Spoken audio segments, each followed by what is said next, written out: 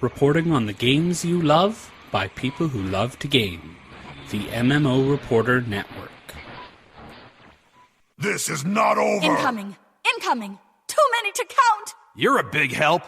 What kind of Asura can't count? Ready your weapons, not your sarcasm, you idiots. Incoming! Happiness mode engaged. Hello. Welcome. Ready for action. Happy to meet you, hero. Glad to have you with us. You'll find everything you need here. Hail, traveler. Wake up, you motherless Ettins. It's time to go. I'd offer the traditional pirate's greeting, but your spleen is better unperforated.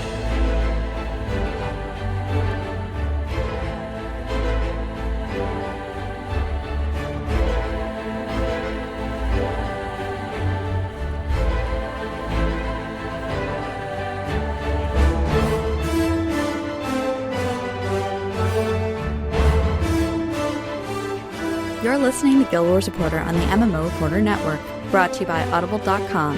Get a free audiobook download at audibletrial.com/MMOReporter and by Doghouse Systems. Choose your weapon at doghousesystems.com.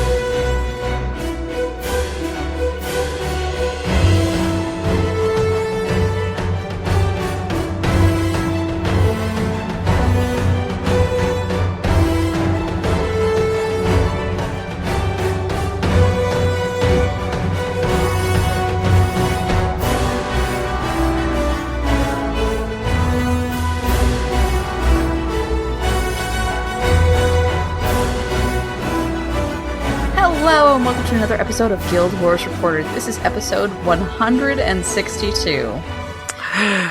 I know.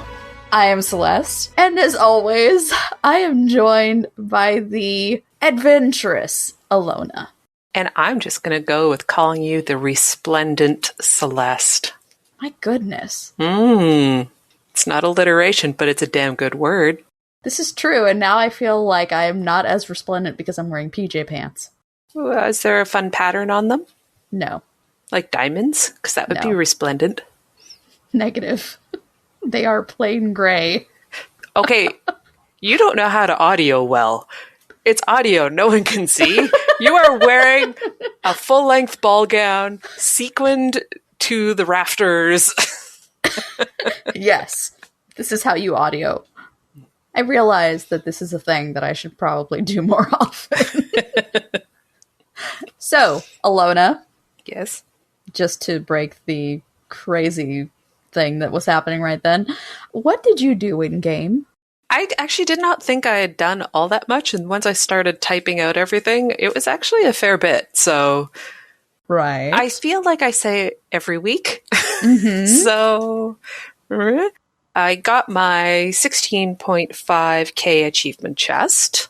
Amazing. Mm-hmm. Well, it's one of the interim ones. It's the boost to your account and 2 gold, which nothing to sneeze at. 2 gold is 2 gold. You're miles ahead of me. So. Chivos. Yeah. All the Chivos. The Chivos. I am 5 away from finishing the God Skull weapon achievement. Excellent. Yes. I didn't do as much this past week as I had the previous one. Just other things took precedence, and there were 2 runs back and forth where I didn't get a single large skull. However, there are no Grawl Paws left out there because I think I have them all. And the Grawl Paw is the item that drops that allows you to unlock the achievement collection. So it sells for not terrible. So, I mean, it's money at the very least. But I'm like, oh. 30 Grawl Paws. Pretty much 30 Grawl Paws. I did Tequaddle on the weekend. And while I was doing it, was, I think Hunter Saint and I were doing it. And I mentioned that I still needed the tail flail achievement. I said, you have to be at the back for that. And Hunter was like, yeah, you kind of have to be at the back for the tail. So I'm like, oh, okay. Well, I'll run back there. So I ran back and got it first try. I went, oh, I got the achievement. It was like, you're kidding me. I was like, nope. And it seems like everybody's been trying to finish off the Tequatl achievements, right? Like a lot of people on Twitter and on Tumblr have said that they recently got it done. Well, and I think that's what caused me to even consider it. Mm-hmm. I was like, oh yeah, people were talking about that. I knew Tailflail was the last one I needed to do. So I thought, well, let's try. And like, bang, yay me. Yeah, it's the last one I need as well. Yeah. Well, it's remarkably easy if you follow my patented method. Now I know. Although it's kind of hard to sit with that horseshoe nestled lovingly. Nestled lovingly. Oh my god. That is the best way I have ever heard that described. It just came out that way. I love it. It's always going to be nestled lovingly. Of course, Saturday is Fractals and Fungeons, which it's good. And we were getting higher up there for Mock, in the levels. And I was actually talking with Key the next day. We often go for brunch on Sundays. And she was saying that she really liked the additional challenges that we're getting as a result. Like, it's not, oh, hey, because we were doing the same level for a very long time. Mm-hmm. And I feel we've been going gangbusters at progressing through. So I think that's helped refresh it. Yeah. And it's adding additional challenges. And I also did a few more Fractals and a raw runs with relics. So that would be like Spirit, everyone's Dungeon Sherpa, and Hunter was there, of course, and a few other people that I'm not sure if I had run with them before, but they were fun. Related number one to that, I came in towards the middle of one of the fractals. It was the Swamp Fractal. So I lucked into the Fancy Footwork achievement, which is that you have to not hit any traps, which are all at the start of the fractal. And I did not think I would ever get that one because I am the trap hitting magnet. Me too. Like, I think they teleport to be in front of me because I will look for them. I don't see any traps. Faceplant. So the tip for that is join a group that's already passed the traps.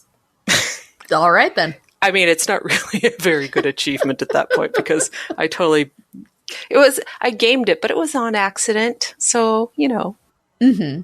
And related number two, I am now up to level 19 in Fraggles. Fraggles. I'm up to level 19 in Fraggles. They're all the way up into your ears. That's what I need to call it, Fungeons and Fraggles. No, you can't change it. Oh. You can't.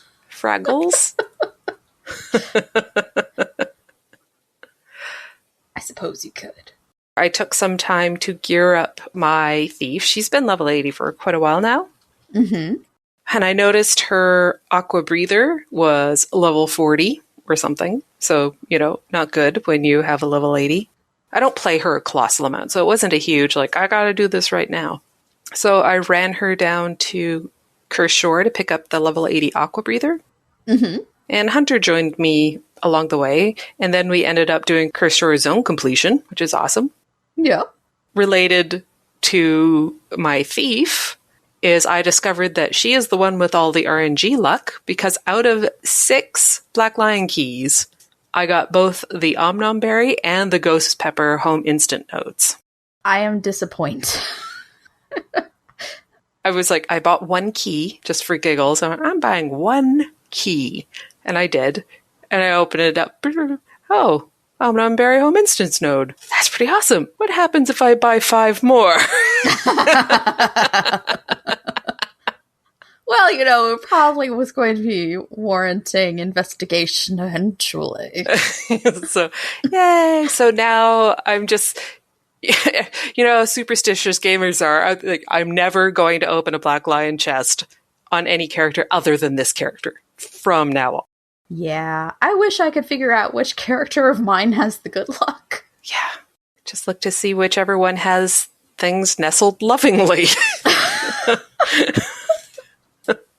So that's all I did. I suspect I'm forgetting something. And before people say it isn't guild missions, I wasn't available this week to take part in them. Mm-hmm. But Celeste, what did you do this past week? Well, yeah. I didn't do, like, anything. No? Basically, last night, after our second night of trying to record some voiceover for a video, After Skype betrayed us. I went into your home instance and harvested all the things. And the omnom berries and the ghost peppers? Yes, Yes. those two. I had attempted to play, I think, on Tuesday during the day. Mm-hmm. And I was bullied out of it by my children, but I got to do a little bit of zone completion. I pictured them wearing like sunglasses, rolled up sleeves, little leather jackets, giving you a hard time. They've basically been bullying me all summer about me playing video games, and I'm like, this is a weird role reversal, guys. So I went into Straits of Devastation, and I did the Vizier's Tower like nothing, and then I found this little cave that I don't remember at all, still don't remember, and I had to look up a YouTube video for the Vista. It was so difficult. It's Lost Passage, I think is the name of it. In Straits? Mm-hmm. It's off in the bottom left corner. I don't remember it off the top of my head. And I got the Vista done, and that's about all that I did in-game. The rest of the time that I had this week that was dedicated to Guild Wars was about story instance and elite specializations. Mm-hmm. The story instance one took a lot of editing, and I'm quite proud of the way that it came out, so you guys should check it out if you're at all interested in the differences between the Sylvari versus non-Sylvari story instance that was available during the beta. Mm-hmm. So let's go ahead and talk about when we live stream. We live stream on Wednesdays at 9:30 p.m. EDT, 6:30 p.m. PDT at twitch.tv/MMOReporter. You can subscribe to the audio version of the podcast on iTunes and Stitcher and a whole bunch of other places. And we really would appreciate it if you decide to go ahead and rate and review the podcast so that people know that we're reputable and interesting sometimes, because that's always a good thing. The other thing that really helps is for you guys to subscribe to the channel on YouTube, which is MMO Reporter Network, and watch the videos and comment and interact with us. We promise we will actually reply to things. Unless things go to spam. Yeah, though I have been checking. We had a review. It is a review, 5-star review from Osantar, the man of many names, from the US. This was left on August 6th. I love listening to this podcast every week. It helps me get through bad work days while also keeping me well informed about the game that I love. My favorite segment is Surviving the Mists. Woo! Ultra! Where you can learn about World vs. World and PvP as well. All hosts are very willing to chat with you in-game and answer any questions you might have about Guild Wars 2. Definitely give this a listen to stay up to date on everything in the Guild Wars 2 universe. That is a very thorough review. Mm-hmm. Thank you. Yes, thank you, Osandar, the man of many names. Think we're ready for another attack? From land, air, or sea, we won't be caught off guard again.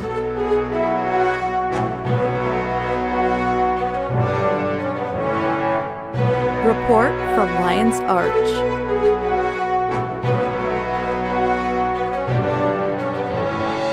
Long live Lion's Arch. Last Friday was Points of Interest number 29. They're one away from 30. They talked, Ruby was joined with Roy Kronacher and also Hugh Norfolk for the latter half of the show. Initially, Roy and Ruby talked about the beta testing feedback that has led to big changes for the Revenant profession. Skills that cause a character to enter into the mists have been updated to provide evasion so that the characters don't get killed while locked into animations. As well, sword damage will be boosted. Some skills have been tweaked to better fit the legend they correspond to. And there is also a forum post that will detail a lot of these changes. They showed off the Revenant underwater weapon skills. And we did talk about this a little bit last week, but obviously we have more information now. And it's that skills 1 and 2 are the auto attack. They're Spear of Anguish and Rapid Assault. The first one is a ranged projectile that applies more torment the further the target is from you. The second is a physical flurry that is longer range than typical melee and applies vulnerability. I'm really intrigued to see how having a 2-pronged auto attack and making it horizontal rather than a vertical chain off your one skill. Yeah, I'm very much intrigued to see how this would work in game, and kind of worried about how good it feels if you're trying to do a bunch of different combat underwater, how that's going to work out for you. What I was kind of wondering with it is if it just cycles 1, 2, if you're not doing anything else, if you're doing something else and want to jump straight into 2 because the opportunity's there, obviously you can hit 2 and overwrite the auto attack that way. That's how I see it playing out and why it's different, because you can't really choose in the vertical chain. You can't choose which one of those you want to do. Right.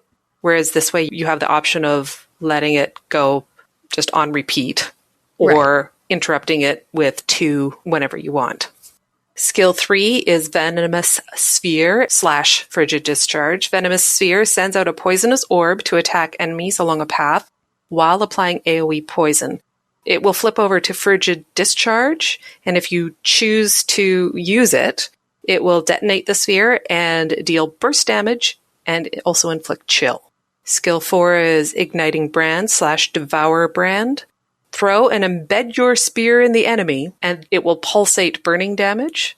You can flip over to Devour Brand, and it will teleport you to your enemy and also cause burst damage. That's pretty crazy. Burst AoE. Yeah, I really like these. Skill 5 is Rift Containment. Create 2 rifts, one above and one below, that will trap your enemy, and it will pulsate damage as long as the enemy is trapped between them. Yeah, that's kind of crazy good. Yeah. I like these. Yeah. Then they talked a little bit about that Malix and Shiro will work underwater in the next beta weekend, and the other legends will come later. Cool beans. So I'm guessing it's a matter of making sure that the animations work right underwater. Probably. The Herald specializes in support through boons and enhancements, and is designed to complement any of the other legends. Pairing the Herald with the Ventari legend helps bolster support, while using it alongside the somewhat fragile Shiro legend lends it some handy survivability. We're talking about the Herald now. Yes. Well, I started off the sentence with the Herald, so... Well, I know. They went over the shield skills that the Herald is gaining. Number 4 is Envoy of Exuberance. Send energy of glint towards the target area, granting protection to allies before releasing a burst of energy, healing allies and returning to you. It also grants protection on the way back. The number 5 is Crystal Hibernation. Channel a shield from the mist to protect you and regenerate health. You take no damage from attacks, and conditions cannot be applied to you. I love the sound of that. It sounds exactly like Crystal Hibernation from Glint. Yeah. Funny that. Mm-hmm. Because Glint is equated with having facets, the facet skills that are coming with the Herald include, for the healing skill, Facet of Light, Infuse Light. Facet grants allies regeneration every few seconds, and Infuse Light consumes the facet for a heal and causes all incoming attacks to heal you instead. That seems super strong. I'm excited about that. Yeah. I do not care for the Revenant. I played it, it's not for me. But the Herald is something that I could maybe get behind. Like, I don't know, maybe I could end up actually leveling a Revenant to be able to play as a Herald.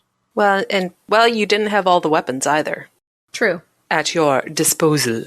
The skill 7 is Facet of Darkness / Gaze of Darkness. The facet grants allies fury every few seconds, whereas Gaze consumes the facet to make an AoE reveal and blind. So if you have enemies around you who are stealthed, guess what?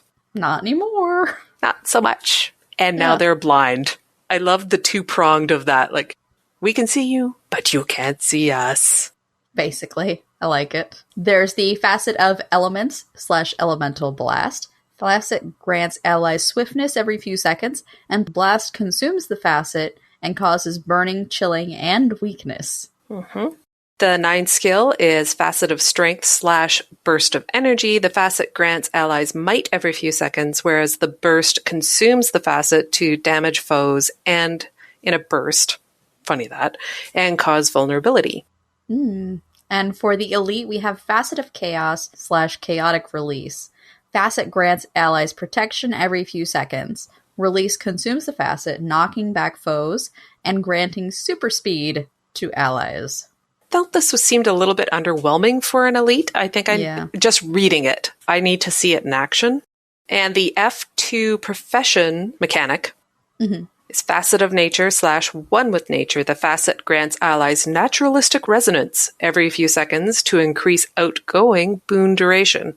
The One with Nature consumes the facet to unify with other facets to gain the boons they apply. I don't really understand this, to be perfectly honest, but it's a profession mechanic, so it's probably cool. Most likely. To be honest, I don't understand from reading it what it means exactly either. Facets consume energy constantly, so you're really going to have to manage your energy with the facets. The activated portion causes both skills to go on cooldown, which are longer than the cooldown on other Revenant skills. So basically more upkeep stuff for the Herald, which is something that's pretty standard on Revenant. So one of the things that I thought was nice that the skill icons pulse to show, one, that you have a facet in use. So you got this little thing kind of like grabbing your attention to remind you, hey, this is still going on, and that you're consuming energy. Yeah. Because I'll need that. Are they doing that for the other Revenant skills too? The other upkeep ones, or no? I don't know. They only mentioned it here. I wondered if it was because these ones are a little bit more onerous on your energy. Okay. Well, personally, I'd like it to be on all of the upkeep type skills because that's just easier for me to notice what's on if it's not already. As far as the traits for the Herald, I wanted to go over at least the minor ones that are available as long as you trait into being a Herald. And then we'll let you guys look at the more detailed Adept, Master, and Grandmaster versions. So there's Crystal Harbinger, allows you to equip the shield, use legendary Dragon Stance skills, and gain access to the Facet of Nature. Vigorous Persistence, gain 25% endurance increase for upkeep skill. Applies to upkeep skill in other stances as well. Which, wow. Yeah. The Envoy of Sustenance, increase boon duration by 15%, stacks with F2, which is the Facet of Nature, 50% duration increase. That's a lot of boons. All the boons! Boons for miles. Yes. Roy said that the Revenant is the squishiest of the 3 heavy armored professions, and that it's important to carefully manage its energy gain and output so that it doesn't end up short of options. That was about it for the Herald. The Herald. Yes.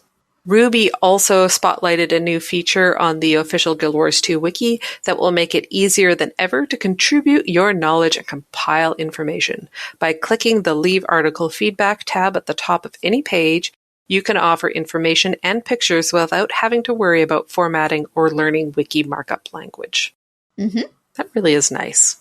That is really nice, especially when you want to go and edit a page and you spend all of this time uploading all of these photos, and then you go back and check the page in a month and all of them are gone because somebody decided that they needed to change the formatting on this particular type of page, and it really ticks you off because you spent like 3 days doing the formatting for that one wiki page. Did this happen to anyone you know? Can't imagine who. I had stuck around on the stream for story time with you. And I laughed at a few of the stories. I want to know who said that they couldn't go downstairs because of a blister on their foot. Yes. After I asked you that question, I did end up catching that part as well. I'm like, oh, dear Lord. And with regard to the food, where he said he was having chicken nugget hamburgers every day. Morning. Every morning. Every morning. Chicken nugget hamburgers. It was so funny. Like, on a breakfast buffet, do you think they would have chicken nuggets? And wings. Or buffalo wings? I can't. I wouldn't be able to. It's too much. Some other things that are a result of this past beta weekend is that they have made changes to the elite specializations. They are listed in their various forum posts. We have them in our show notes. You may click them and read them. Mm-hmm. So over on ZAM, there was an article today from Matsta about the Berserker. Ba, ba, ba. Which is the elite specialization for warriors. It's going to be weird with Berserker being the meta. Yeah. A Berserker. Except it's not really like that, because there's some differences with Berserker versus, like, straight up DPS. The Berserker is all about tapping into their primal bloodlust to unleash their rage and go berserk. Once enough adrenaline has been built up, the warrior can enter berserk mode. The first thing that going berserk does is change the warrior's adrenaline bar from its 3-tiered 30 adrenaline large bar into a single-tier 10 adrenaline bar. The smaller bar will let berserkers get their adrenaline full even faster, which is helpful for using the new primal burst skills. What I heard there was berserking, berserker, berserks. Basically, yes. There's a lot of berserk in that paragraph. Yes. Primal burst skills are an overhaul of the F1 skill that warriors currently get to use when their adrenaline is full. Except now, with the smaller adrenaline fill-up, there's a chance to use these new berserk bursts more often during gameplay. Longbow, the combustive shot which is regular as a fire circle, Scorched Earth is the primal, is an arrow shot in a line that leaves a trail of fire. Yeah, so it leaves like a fire field that you could potentially have other people shoot stuff through to catch it on fire and stuff. That would actually really help if you were playing tactically, where you may have people flanking, because there are professions that have the traits if you're attacking from the side or the back, you do more damage. So if you have them on the side, you can stay in front and still put a field down that the people from the side can benefit from for combos. That's kind of interesting. Mace, Skullcrack, which is the regular, is a stun and damage dealer. Skull Grinder is primal. Will still disrupt the target, but will do so for a shorter duration and will apply multiple conditions. I love that. Primal bursts will be just as effective as Tier 3 full adrenaline bursts, but with slightly lower damage, as you'll be able to use them more often than the regular warrior bursts. So just as effective, but lower damage. That's what they said. Okay. I think it's because you're using them more often.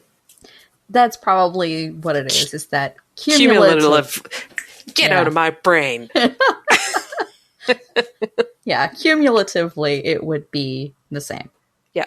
The new weapon that is being added for the Berserker is Torch. Which is like the only thing left for them, really. Basically, yeah. It was torch or staff. And a warrior with a staff, I mean, they've already done that with Revenant and the bow staff skills, so, I mean, it's been done. So there is the Blaze Breaker.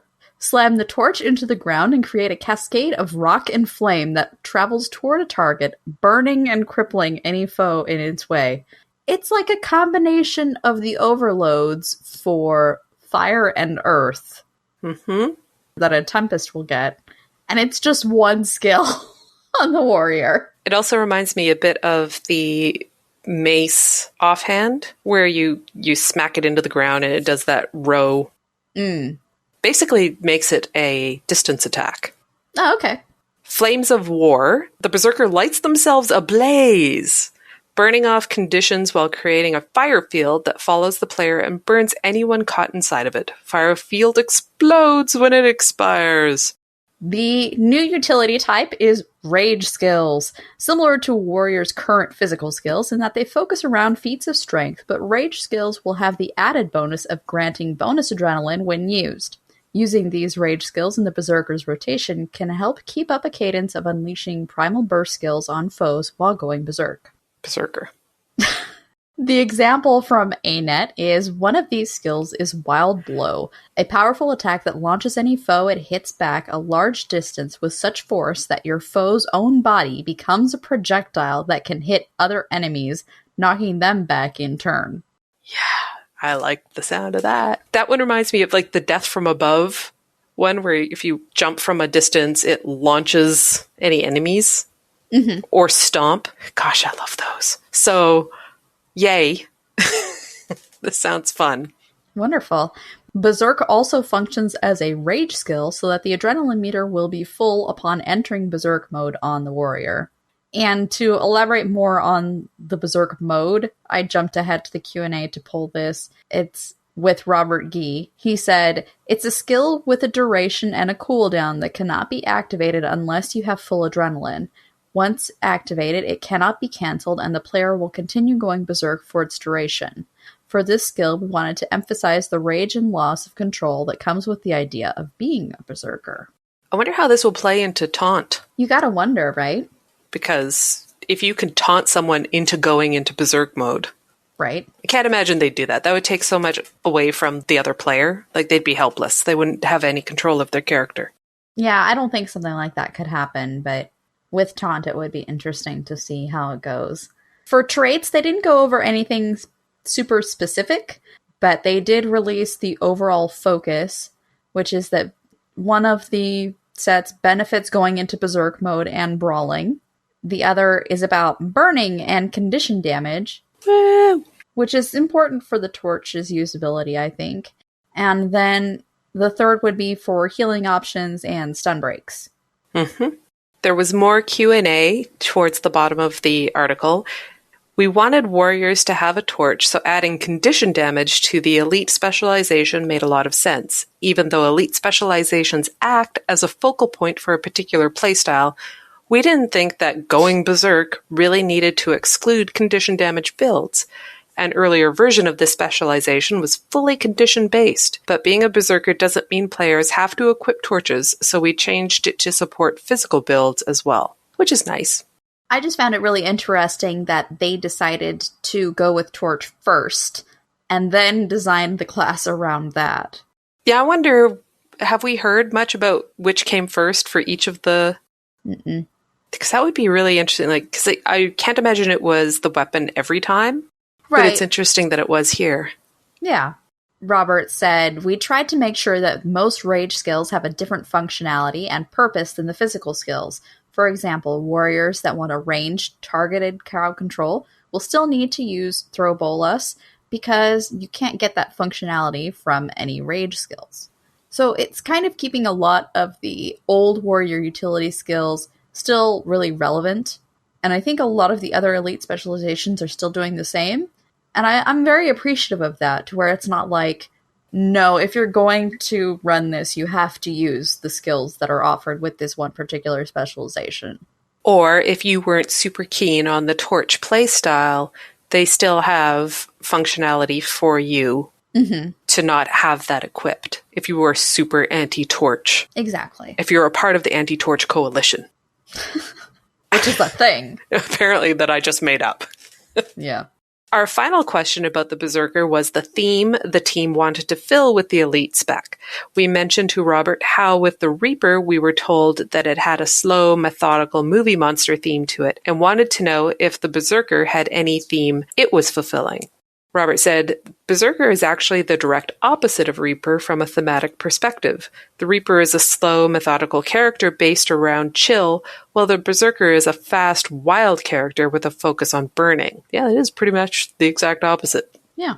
I found it really interesting that this is really similar to what we'd been talking about with the Dragon Hunter and the Tempest, in that they are polar opposites, and giving new assistance with the Tempest is a thing that's happening, while removing a lot of the support that Guardians normally offer is what's going on with the Dragon Hunter. So it's kind of nice that we are kind of seeing the cross-play. Which makes me wonder what's going to be opposite some of the other ones that we've already seen. That we have yet to see. I don't think they're going to find anything that's opposite Chronomancer. That's what I'm wondering. I don't think that's going to happen. You don't think NG? How can you be opposite of that? Druid could be. But how can you be opposite of that? I don't see that. I have thoughts, but I can't talk about them right now. Obviously, we're speculating a bit. Yes. Quite a bit. It's wholly. We're speculating completely. Yes. There was a post today on the official news site at guildwars2.com, PAX Prime and the Journey Ahead.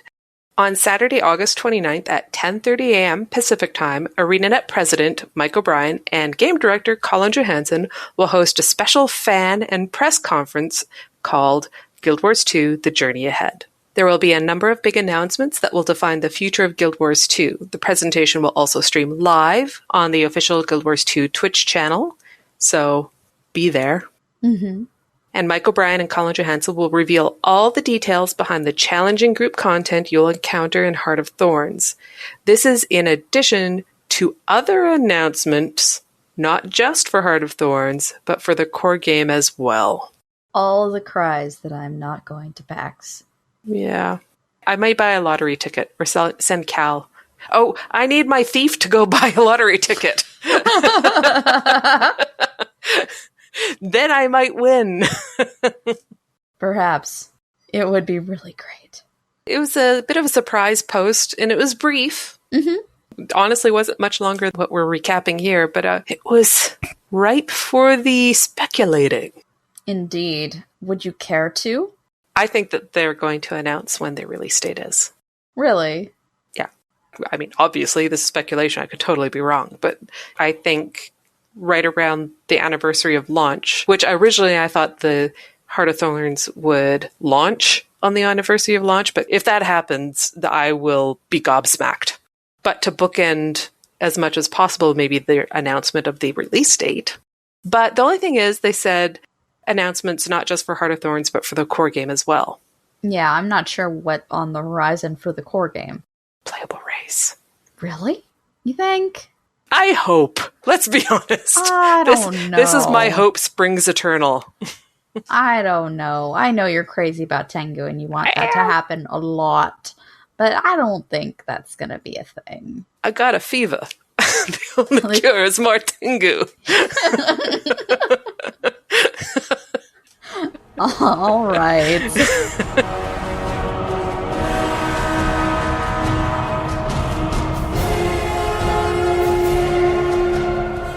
Surviving the Mists. Now recruiting for the Battle for the Mists. Is your life a dead end? Looking for meaning? I have the answer to your existential dilemma right here. Hello, everybody, and welcome to Surviving the Mists, the segment in which we discuss aspects of PvP and World v. World. Today, we're going to be focusing our discussion on PvP, its current state, and where is it going? Because a few weeks ago, we got a release on what they're planning to do with PvP. They're making leagues, which I think is very neat, but there's also some implications with this. Now, PvP as it is, it's neat and it's fun, but there's not, beyond achievement points and the item tracks, there's not really a whole lot of incentive to keep going. You know, you get your titles and things, but titles, they can actually be farmed up and they don't really indicate a level of skill. PvP as it is fun, but it is very lackluster and underdeveloped in comparison to other aspects of the game. The proposed changes to PvP are exciting, but there are some implications that I'd like to discuss. First, rank is an indication of skill, and it never really has been. Like, if you get to Dragon rank, it just shows that you've invested a lot of time and you have experience in PvP. Now, Dragon rank, it is an impressive feat, but it can be grinded out just as anything can be in PvP. Leagues will provide a lot of things. They're going to give representation of skill. They're going to give more incentive for investing in PvP skill, and they're going to create a different dynamic within the community. By different dynamic, I mostly think that it's going to provide like a negative dynamic. As you see whenever there are leagues or tiers or ranks, as some games call them, like look at League of Legends, for example. That's probably the most common example. There's going to be a division between high league and low league players. This is going to cause griefing and toxicity. And like I said, the League of Legends has that kind of community, and Guild Wars community is a lot better. So I don't think it'll be as bad, but I definitely think that because every match is going to be more important for increasing your rank, that tensions are going to rise a little bit more. And like I said, it's going to provide more incentive for increasing skill, but at the same time, a lot of people, if they lose a match, they don't look at themselves, they look at their team, and that causes a whole lot of arguments. But overall, I think this is very good, but I would definitely like to see more proposed changes, because the leagues are great, but there's just so much more that could be done. So if you've played this is going to be like from several years ago and a totally different genre, but if you played like Halo, back when Bungie was responsible for Halo, every player had a page attached to their account, kind of like how you have your hero panel and like can view your achievements. Mm-hmm. I really think that ArenaNet should make pages viewable like on their website. Celeste or Allona, like if I wanted to look you up, I should be able to look up your account achievements online and see like the things that you've done. Not as like a Snoopy thing, but I think that would make people have a little bit more pride in their page, especially for PvP. I think that you should get like medals or rewards for like little things. You go on like a killing spree or get like 5 kills in a row, like while on the treb, and you get like some sort of little medal and you can get that repeatedly. I think that would be really neat to see in Guild Wars. Just some sort of, not just like a title, but a reward page. Like if I see someone in the PvP lobby, I can right click on them just like you do so that you can whisper, send mail, block, report, whatever. I would also like to see a view page so I could see what that person does. That I just think that'd be a really neat aspect of the game. Maybe that's just asking too much, but it's something that, you know, a lot of very successful competitive games have. And I just think it'd be great. I'd enjoy something like that, but I think that it could lead to people being overly negative and having more gating when it comes to teaming up with others. Like if you were actually trying to get onto a PvP team or something like that, they'd be able to look at your page and be like, oh, well, you can't even do such and such, so blah. You know what I mean? It is kind of a double-edged sword, but at the same time, that makes it very clear that you wouldn't be a good fit for that team, and so maybe you should look elsewhere. That's true, yeah. It also gives you that sort of insight as the person who would be somewhat criticized. Yeah, it all depends on how that's handled. Let's say, like, I'm looking to join, like, a competitive team, and they look and they decide, okay, he's obviously not a good fit. He's not our caliber of player. Like, they could say, get out of here, noob. Or they could say, hey, man, your page just seems a little underdeveloped right now. Here's some things you'll want to focus on to get better, and maybe shoot us a message again in a month or two. Right. You know, it's all in how you respond to that kind of thing. Definitely. Do you think that one's likely? From the Guild Wars 2 community, yeah. Because something that you'll see, like, the good players, they don't trash talk like bad people do. The really good players, they're nice, and they encourage people. If you're trying to get on a team and someone says, oh, no, you suck, noob, and then they don't offer you any advice or any encouragement, then they're not worth playing with, in my opinion. Mm-hmm. The next change that I would like to see, they've advertised this like dishonor system, and this I'm actually going to use my background in teaching for. That's definitely like not a good way to encourage people to behave a certain way.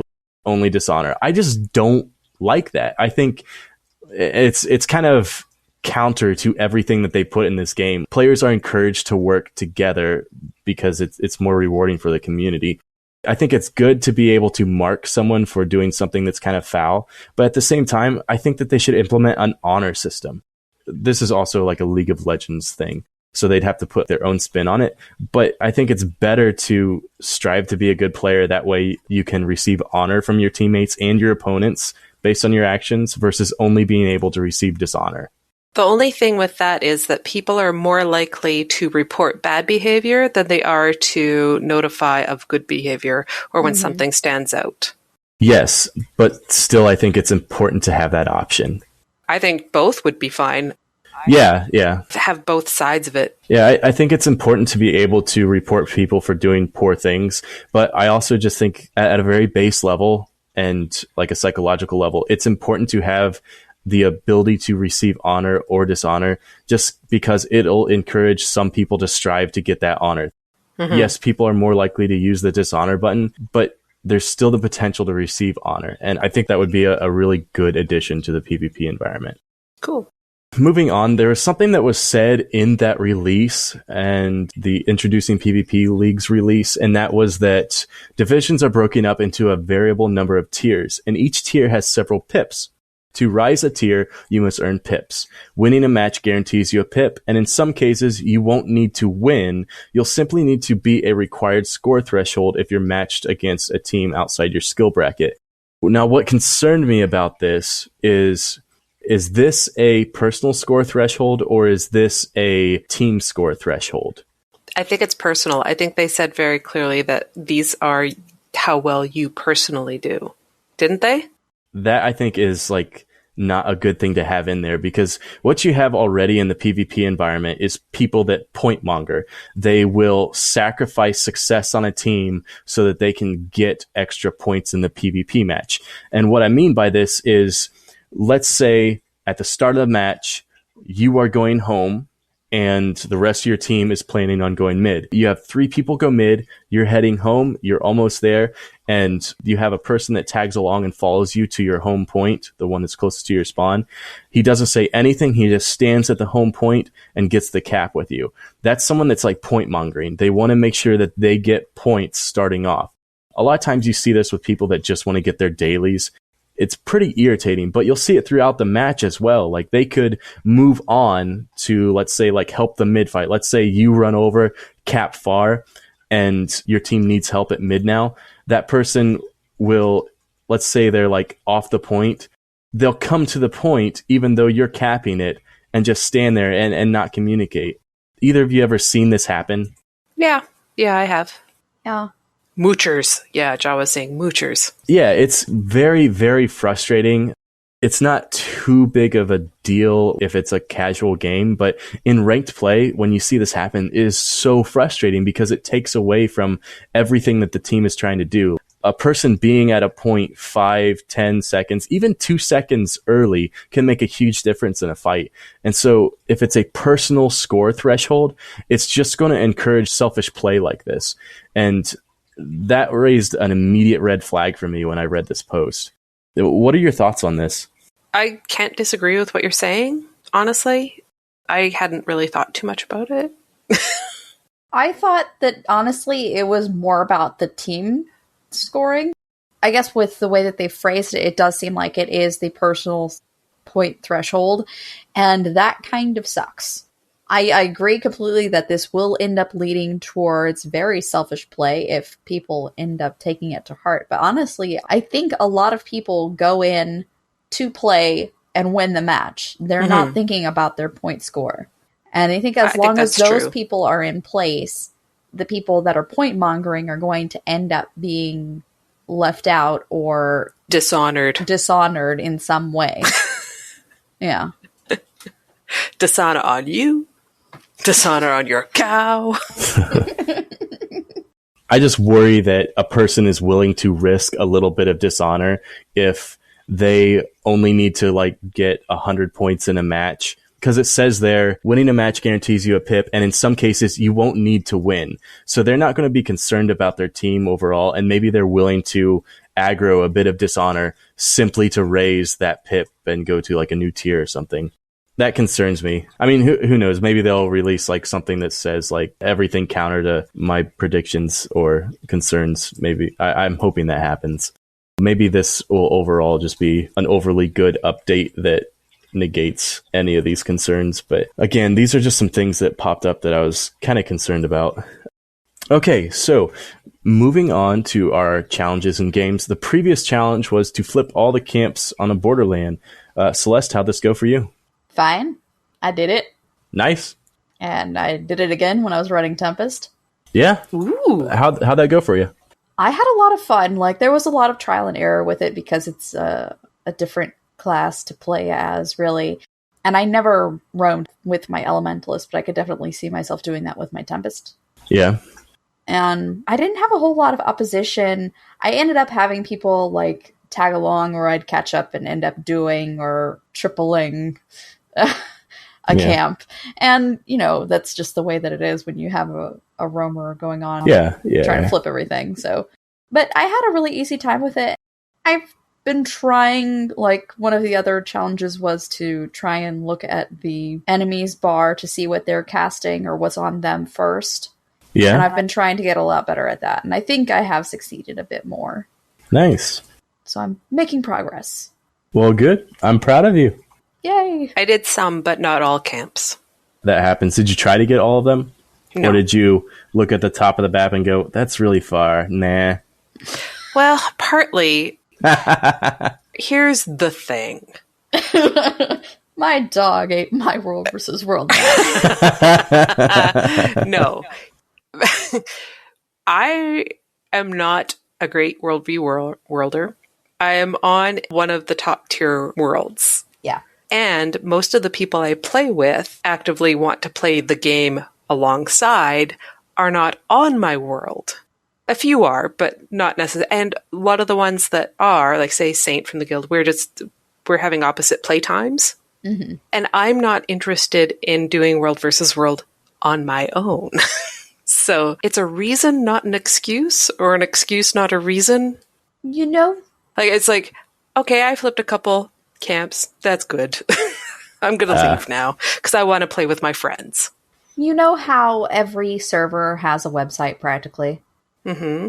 You should go onto your server's website and they will usually have a World versus World section where they have Havoc training camps and stuff like that. They'll group up with you and take you around the map and stuff like that. But what I'm saying is, at the time that I'm doing that, other people are on my guild or online, and I want to play with them. Right, but I'm saying you could set aside, a couple of hours one weekend and do it. So what I'm hearing is, I don't want to do my homework. I'd rather go play with my friends. Yes. So this is just like a responsibilities issue. I want to do my homework with my friends. This was not a group assignment. Well, Allona, you could just transfer down to Henge. No, I like my server. So anyway, yes, I did some. And actually, not just a camp, I also did a keep. That's true. You did say that you did do a tower. Tower. Fair. Tower, not a keep. You solo flipped a tower? Yeah, a tower. Yeah. Wait, you solo flipped a tower? There might have been one other person there, but I'm not 100% sure. Nice. How long did it take you? Not very long. It was being ignored. There was no one else there. Wow. Nice. Very cool. So I think I did 2 camps and a tower. Cool. And then I played with my friends. Okay, well, you flipped a tower. That's pretty good, especially if you soloed and built the siege yourself. That's pretty impressive. Oh yeah, there was someone else there because I helped. They put it down and I helped build it. Okay. I'm remembering now. It's been a long time. It has. I honestly don't remember the last time I was on here. I think it was July. Yes, it was July. It's been a while. Moving on to our previous game. The game was to create your own stronghold hero or heroine. From Irish Dog, we got the legendary, famous, and well-known hero that killed the Lich, Abaddon, Shiro, the Great Destroyer, fought back all manner of evil forces, undead, char, destroyers, haywire golems, and racist drunk dwarves. She ascended, becoming closer to the gods. They became Wennosu and went closer to the stars. They killed the god Abaddon and helped Cormyr rise to godhood, who came from humble beginnings in Ascalon, Cantha, and Allona. This great hero, whose name echoes throughout the ages in the mist, is... why is the script blank? Let's just go with the legendary hero. Nice. Yeah. When the hero is summoned, the character to come out is randomized between several male and female avatars. Warcry, protect the prince. All players have swiftness for 8 seconds, protection for 5 seconds, and taunt for 3 seconds applied to them, attracting all enemy NPCs and players. Whoa. I feel like that's something that monk that wanted to be a warrior would cast. That's right. I forgot about that guy. The passive is Never Fight Alone. As the hero travels down the lane, he or she will pulse out a random boon to allies around. The more players around him or her, the more boons and more frequently the boons pulse to allies. I actually really like that. That's crazy OP. I love it. That's like a super boon snowball. Yes. It'd be great. The elite is calling in a favor. When the hero gets to the Lord's room, he or she will summon either Luxon or Kurzik task force. The Luxon will bring 4 soldiers and 2 siege turtles, which will then fire, causing burning and knockback. Nice. The Kurziks bring 4 soldiers and 2 juggernauts, which cause knockdown, weakness, and vulnerabilities on enemies hitting. Mm-hmm. There is a small chance 3 commandos drop out of the sky, dropping smoke that blinds enemies in the room. I love that. That's pretty slick. It is. Oh, okay. That ain't right. Greetings, Power Podcasting Trio. This is from Particle Shift. Oh, well, the Stronghold hero we need is just so simple. We need the hero of Shamor. Master Kaladin Oka... What do you mean he's already in the Stronghold battles? Oh, well, according to my golem, he's already been doing Stronghold. The last report has his match ending with the entire other team, including the Lord, forfeiting so they could ask for autographs instead of fighting the hero of Shamor. Mm-hmm. So I still need to pick someone. The selection should be Matcha, the Asura from Sea of Sorrows. Her misdirection skills and illusions could lend well to a Stronghold run. Do not disagree. Very much so. I like it. Mm-hmm. I also like the beginning. Mm-hmm. All the lords asking for autographs. From Age Knight Road, want to buy Acolyte, Jin, Pyre, Fierce Shot, and Xandra. Mm-hmm. Yes. Click D, all of the above. Yes. Ozark Tai Chi said, I know it's not strictly a hero, but the Eye of Janthier would be cool to see floating down a lane. That would be cool. Yes, again, do not disagree. Mm-hmm. Alaska Winter, Drubert. I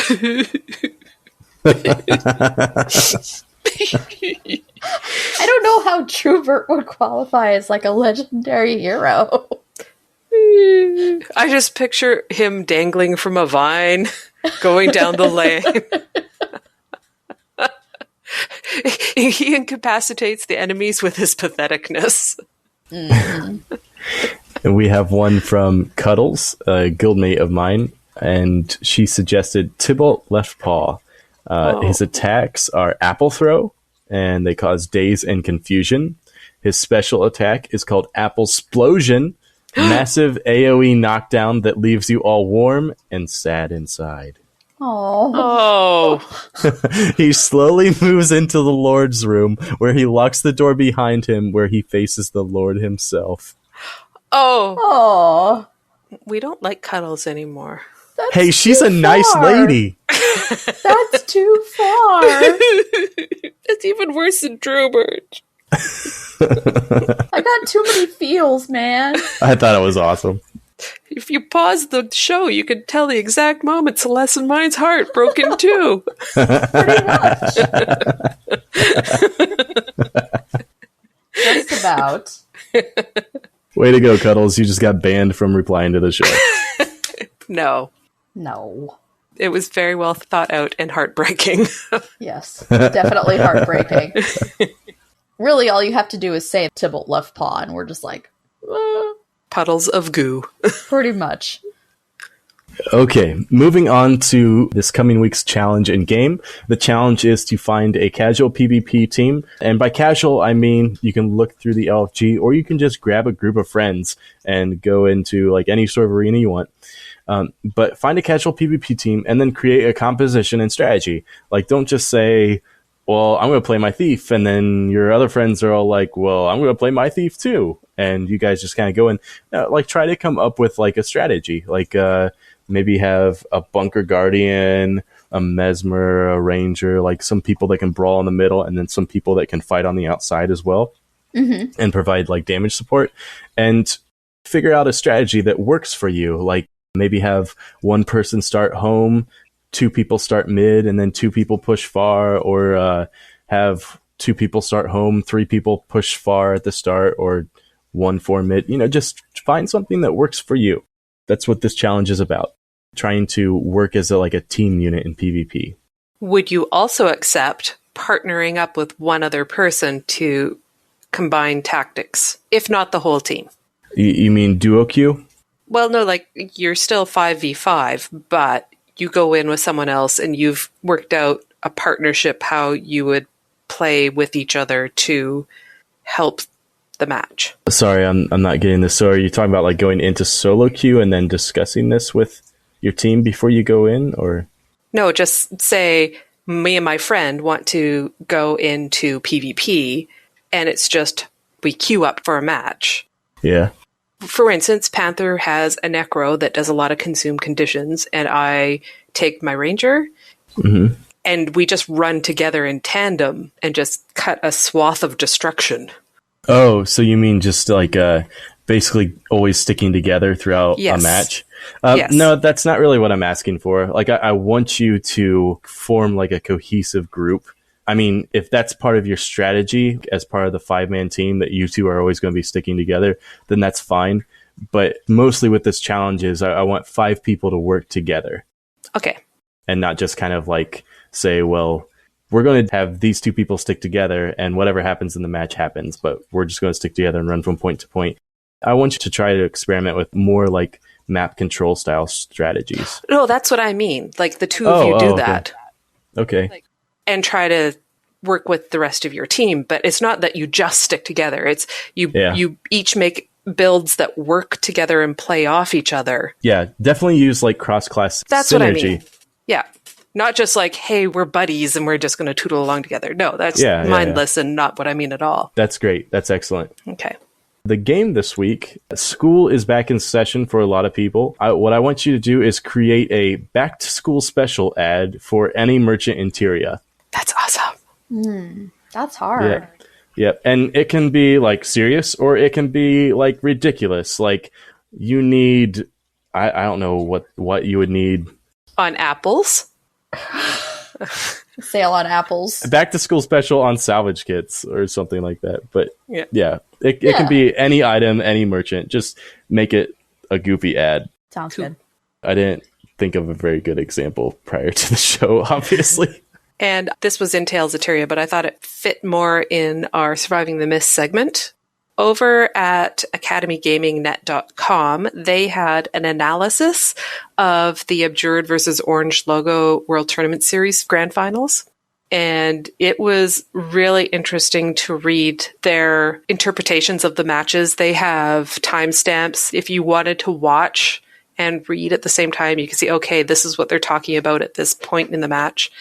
And it was really kind of interesting. One of the things I found quite interesting about it was it gave the rundown of the type of roles that each person on the team was playing, which I had never, even though I watched it and found it very interesting, I didn't necessarily know some of this because I think I missed the recaps from the Shoutcasters when they were talking about it.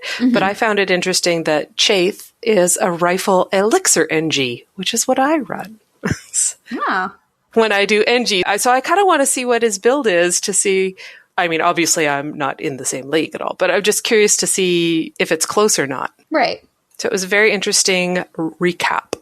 Yeah, this is actually really good. And if you don't go to Academy Gaming regularly, I'd check it out. It's a really good way to keep up to date with PvP trends and stuff.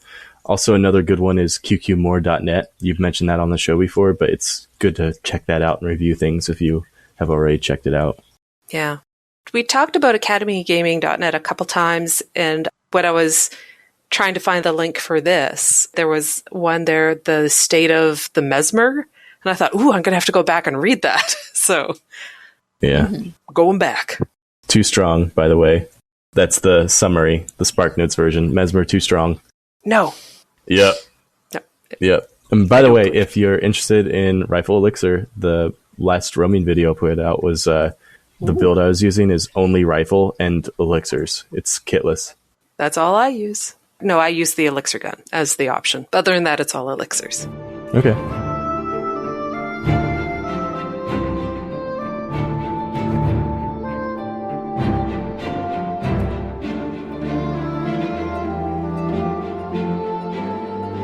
tales of Tyria.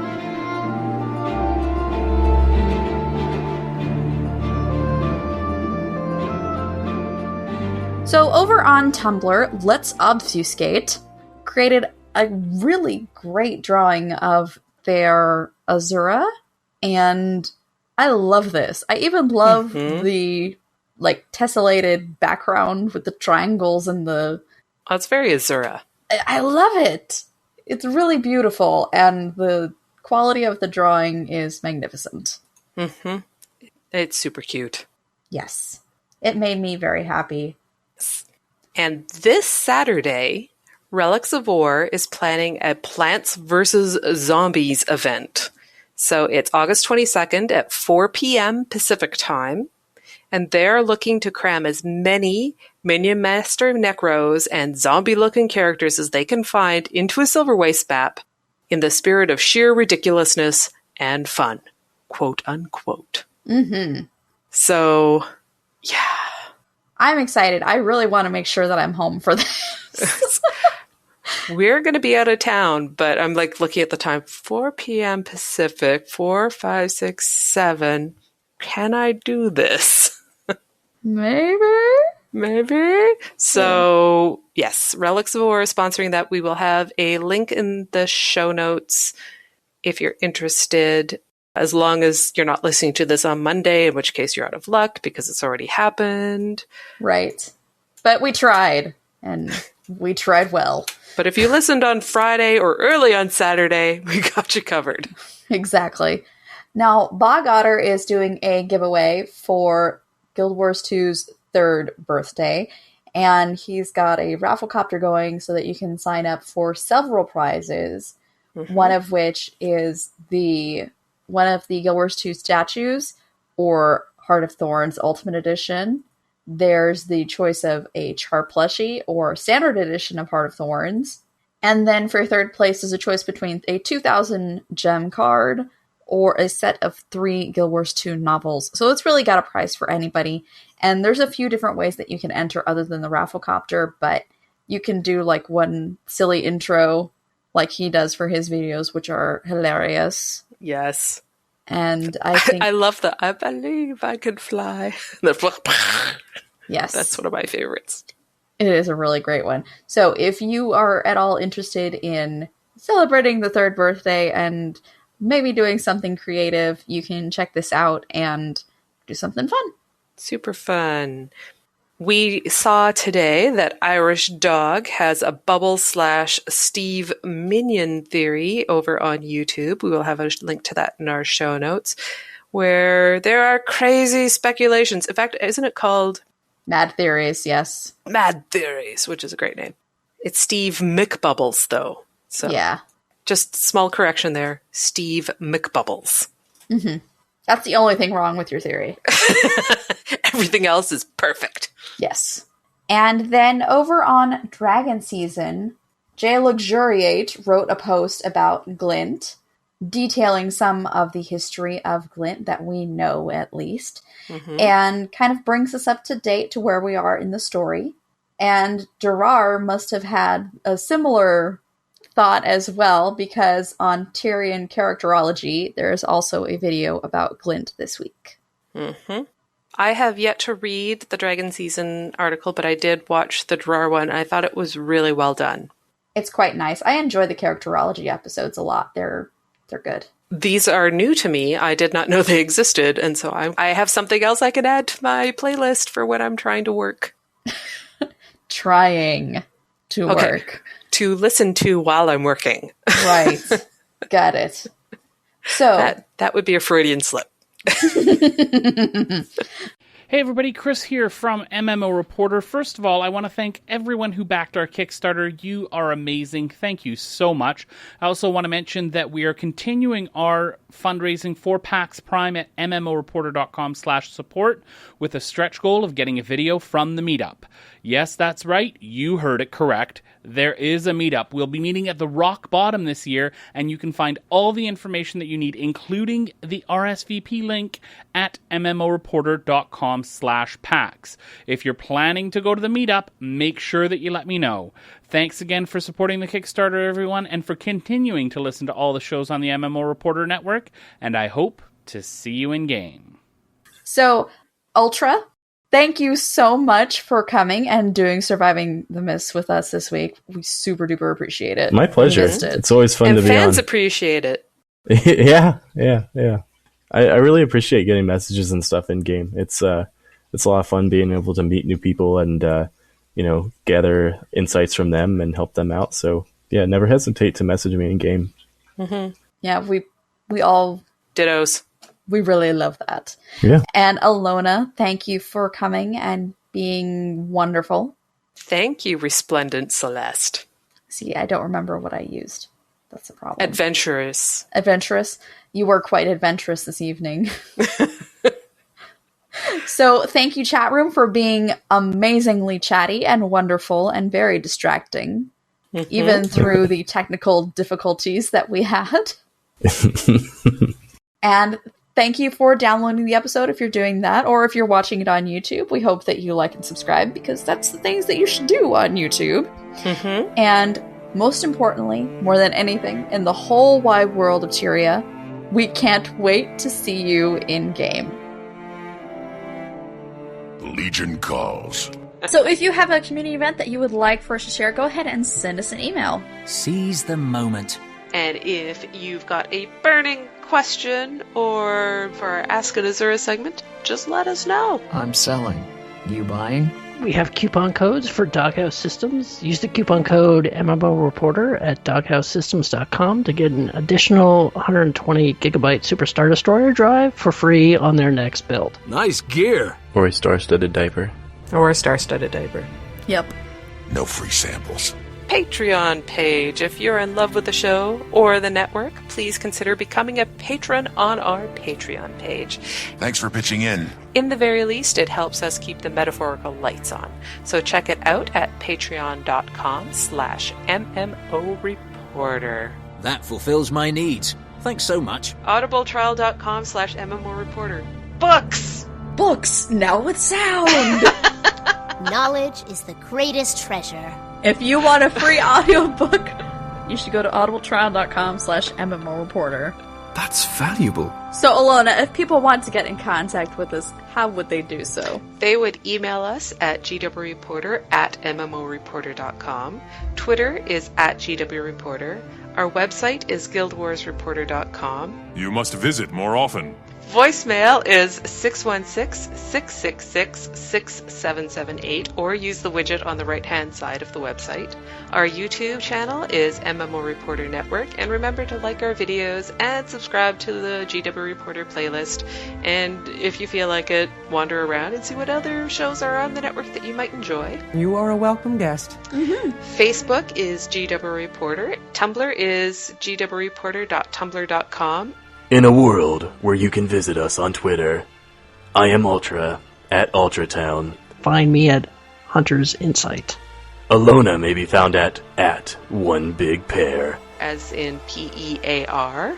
And Celeste at Selly Ookie.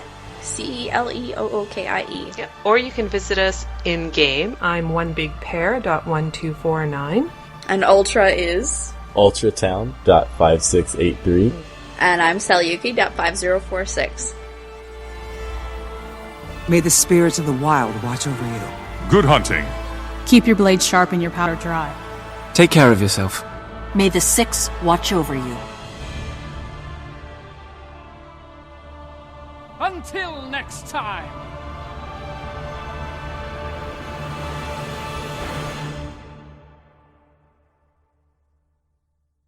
Uh-oh, what am I missing? What's going on here? Nothing, Bad sorry. jokes. Go on. Oh, you guys are still doing that. Oh, no. Yeah, we're passing notes in class, don't worry. Okay. Teacher mode, activate! I'll have to read it at the front of the class. Okay. Okay, you want to read the next one? Which you are you talking to?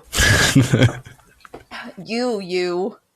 I don't feel like I should read that one. Okay, I'll read that one. Awful. Awful people. I've been known to kick people from the guild for lesser things. Of course, that was when the kick from guild button was right below the join party button. Are we going to take a quick break and get Ultra on the channel?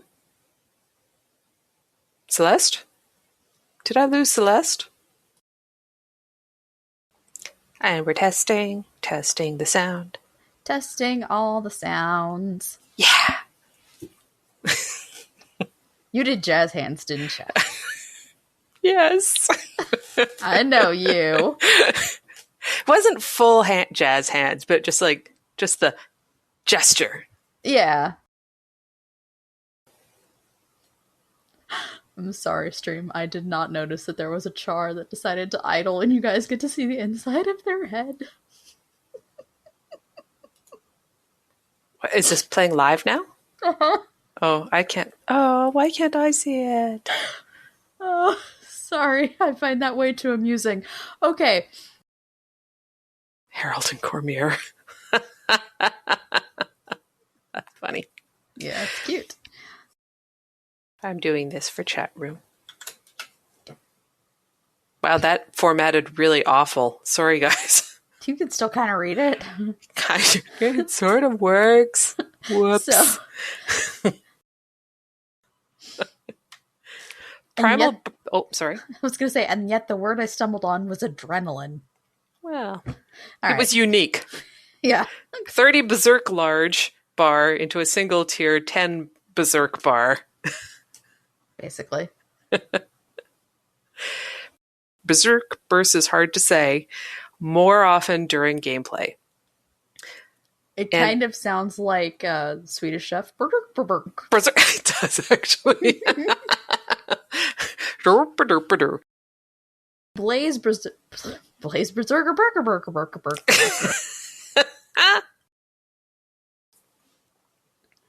Barry Berserker barely berserked Bessie Berserker before Bessie zerked her Berserker. That sounds naughty. Yeah, it does kind of sound naughty. I like Blaze Berserker's burgers. Blaze Berserker burgers. And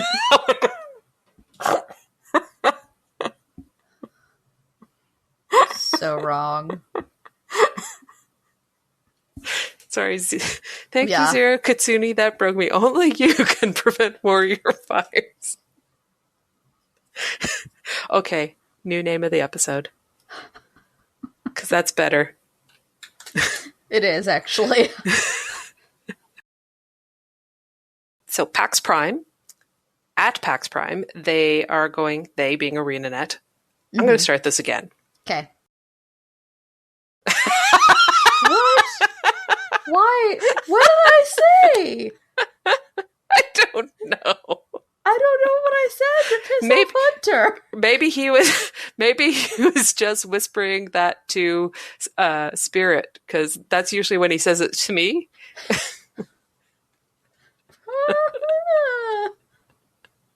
If not Tengu, then Pengu. Hey, Tengu burgers? Not cool. Oh, okay. I don't think that's going to happen, so that's why I pissed you off. Oh, you broke his tiny hunter heart. It is tiny.